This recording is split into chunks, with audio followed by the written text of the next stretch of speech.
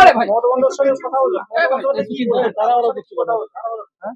মমতা বন্দ্যোপাধ্যায়ের সাথে কি কথা হলো তোমার? যা কথা হলো সবার সামনেই তো কথা হলো, সবাই তো শুনলো, ব্যাপারটা অনেকজন শুনলো।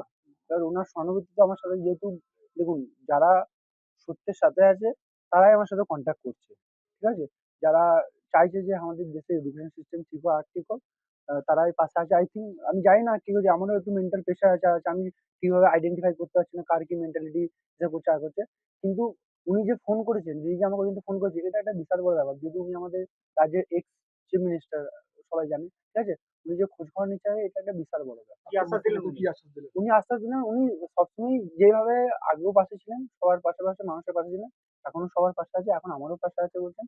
এখন উনি কি করছেন না করছেন সেটা তো আমি বলতে পারবো না, ঠিক আছে? উনি ওনার তরফ থেকে চেষ্টা করছেন না করছে, কিন্তু আমাদের যে মেন জিনিসটা যেটার জন্য আমার বাবা মারা গেল, স্কুল ঠিক করার ব্যাপার, ঠিক আছে?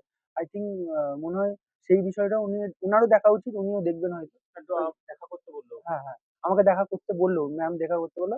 কিন্তু এখন কি হবে না হবে সেটা তো বলা যাচ্ছে না গো। যখন হবে সেটা লাইভ আপডেট সবাই জানবে।